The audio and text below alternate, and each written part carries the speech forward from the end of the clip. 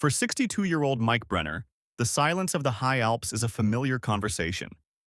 On a late October Tuesday, he feels a low vibrational thrum in the soles of his boots that he has never heard before. From his ancestral porch, Mike spots a thin gray ribbon of smoke spiraling from a jagged rock face known as the Devil's Throat. Unlike mist, which clings to hollows, this rises with purpose.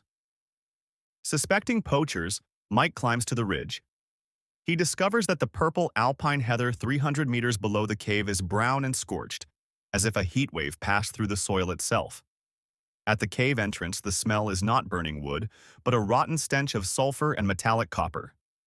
The ground is hot enough to cook through the rubber soles of his boots, and the mountain emits a subsonic grinding of massive stones. Mike reports the anomaly to Mayor Hollandbeck, who dismisses it as a steam vent that could be marketed for tourism. Only the threat of a public panic forces the mayor to call in Ranger Lucas Weber and geologist Dr. Lena Cleaney. A high-end drone launched by technician Eris fails as it approaches the cave. Thermal sensors max out at over 400 degrees Celsius before a magnetic storm causes the bird to crash. The team carries a heat-shielded camera to the summit.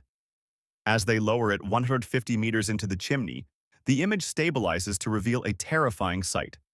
A massive subterranean void where the floor, walls, and ceiling are pulsating cherry red. Dr. Clean realizes they aren't looking at a volcano, but an ancient coal seam fire.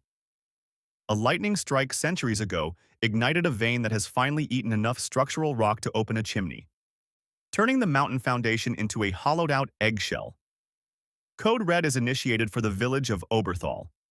Mike leads a frantic evacuation, even forcing his stubborn neighbor Gunter to flee as ash begins to fall like gray snow. From a safe distance, they watch as the summit of the Wetterhorn drops inward. The northern face bulges like a liquid wave before millions of tons of superheated stone and burning coal surge down the slope at terrifying speed. In seconds, Mike's ancestral farm is buried under 100 meters of rubble, and the village visitor center is crushed like a paper cup. The valley is plunged into a twilight of dust and the silence of a grave.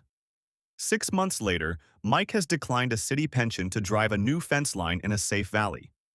While he has lost his history to the fire, the light of a new spring and the song of a new valley remind him that while the mountain destroyed his home, it did not destroy him.